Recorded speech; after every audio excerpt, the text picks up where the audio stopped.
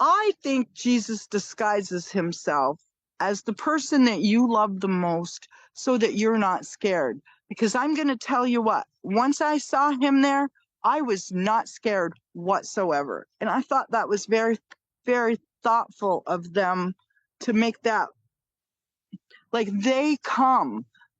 I don't know who, but they come when you die and they help you. He was over by the door. He was floating, and he was colors. He was just this energy.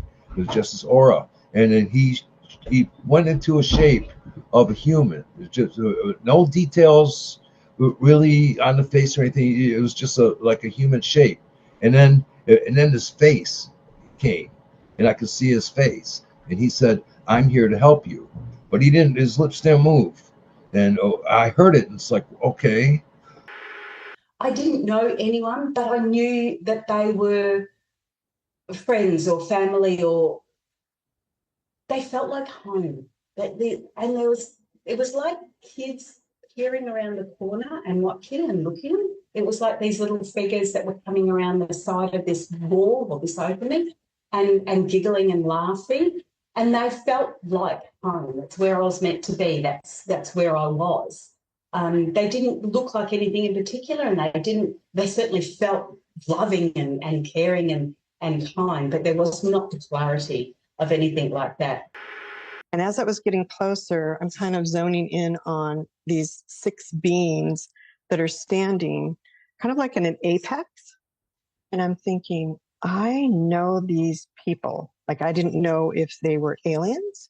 I didn't know if they were, guides or goddesses or whatever. I just knew that I belonged with them. Some were taller than others. They were kind of massive. I kind of get the impression now that one of them is my spirit guide. That's very familiar to me now. At the time, I didn't know. One of them seemed more kind of like my relative, my grandmother, but they almost look like aliens to me, and that's the only way I can describe them. I'm confronted by this person,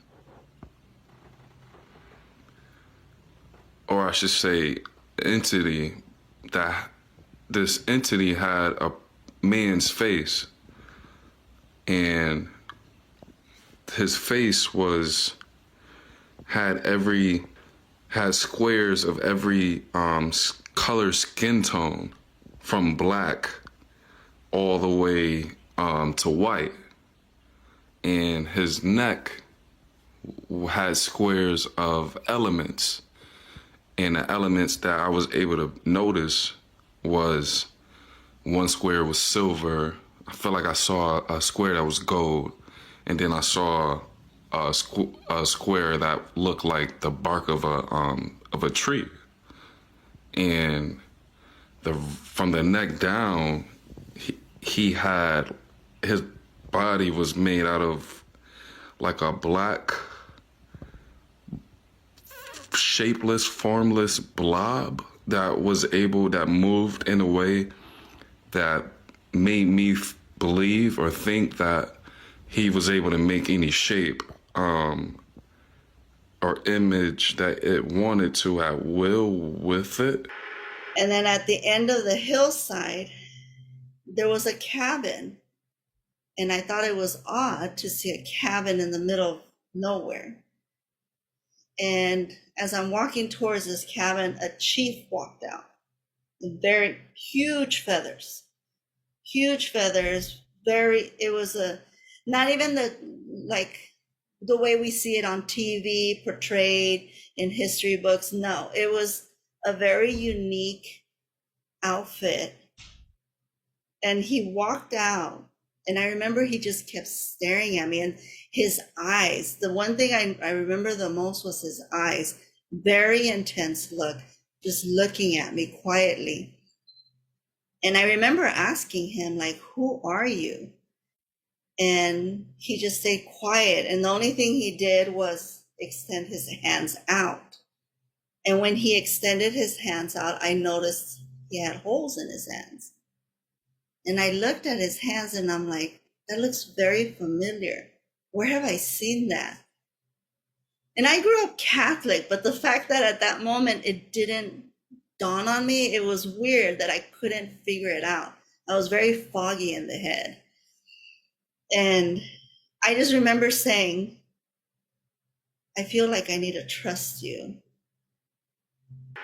Then a voice told me to sit down on the bench. The voice was my grandfather, who had died a year earlier. And, you know, when your dead grandfather tells you to sit down, you sit. So I sat down on the bench. He sat down next to me, and he told me that we were going to have a conversation, and that he was just going to put the information into my head. I wouldn't hear his voice anymore. I think it was I don't think it was my grandfather. I do believe it was God talking to me. I believe that he was using my grandfather's voice so I wouldn't be terrified. I never did turn and look at him. I was afraid to look at him.